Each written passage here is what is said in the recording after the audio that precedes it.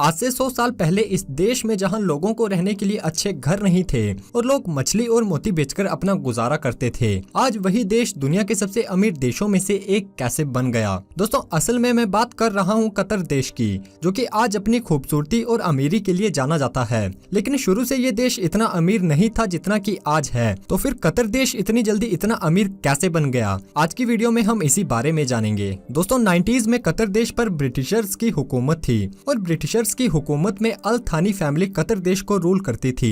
17 जुलाई 1913 को शेख अब्दुल्ला बिन कासिम अल थानी को कतर देश का रूलर बनाया गया। उस टाइम पर कतर की प्राइमरी इंडस्ट्री फिशिंग और मोती बेचना थी, जहां से वो पैसा कमाते थे। लेकिन साल 1920 में मोती के व्यापार में गिरावट आने से पहले से गरीब कतर और भी ज्यादा गरीबी में डूब गया और देश के लोगों में कुपोषण जैसी बीमारियां होने लगी। लेकिन साल 1939 में इस देश की किस्मत बदलने की शुरुआत हुई, जब कतर के एक शहर दुखन में तेल की खोज हुई। उस समय वर्ल्ड वॉर 2 भी शुरू हुआ था, इसलिए कतर ने साल 1949 तक ऑयल फील्ड पर ज्यादा काम नहीं किया। लेकिन ये खोज कतर देश के लिए सबसे अहम थी और साल 1951 में कतर हर दिन करीबन 46,500 बैरल तेल प्रोड्यूस करने लगा, जो कि 4.2 मिलियन डॉलर्स की रेवेन्यू जनरेट करता था। इसके बाद समुद्री किनारों पर भी कुछ नई ऑयल फील्ड्स खोजी गई, जिससे तेल की प्रोडक्शन बढ़कर 2,33,000 बैरल्स पर डे तक पहुंच गई। तेल को बाकी देशों में एक्सपोर्ट करने से जो पैसा आया, उसने कतर की रूलिंग फैमिली की जेबों को काफी हद तक भर दिया और कतर भी धीरे धीरे डेवलप होने लगा, क्योंकि 1950 के बाद ही कतर में पहला स्कूल, पहला हॉस्पिटल, बिजली और टेलीफोन जैसी सुविधाएं शुरू की गई थी।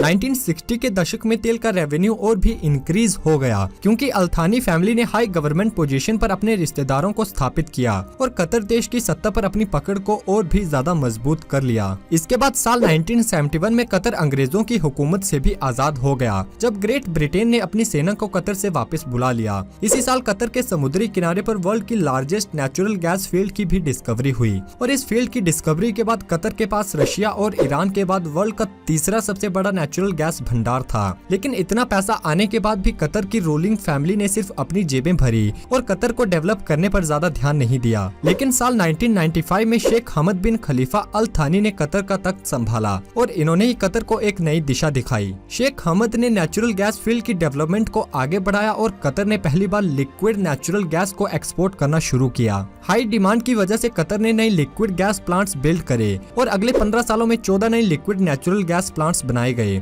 और फिर कतर हर एक देश में अपनी सप्लाई देने लगा, जिससे कि कतर की जीडीपी में एक जबरदस्त उछाल आया। इसके बाद कतर में नए नए प्रोजेक्ट्स शुरू किए गए, जैसे कि ऊंची ऊंची बिल्डिंग्स बनाई गई, पक्की सड़कें, नए कॉलेजेस और यूनिवर्सिटीज और अलग अलग स्टेडियम्स भी बनाए गए और कुछ ही सालों में कतर को पूरी तरह से बदल कर रख दिया और आज कतर वर्ल्ड की सबसे रिचेस्ट और डेवलप्ड कंट्रीज में से एक है। ओके फ्रेंड्स, तो आज की वीडियो में बस इतना ही। आज हमने जाना कि कतर इतनी जल्दी इतना अमीर कैसे बन गया। अगर आपको ये वीडियो अच्छी लगी हो तो वीडियो को लाइक और शेयर जरूर कर दें और ऐसी ही मजेदार वीडियोस देखने के लिए चैनल को सब्सक्राइब कर बेल आइकन को जरूर दबाएं। मिलते हैं अगली वीडियो में।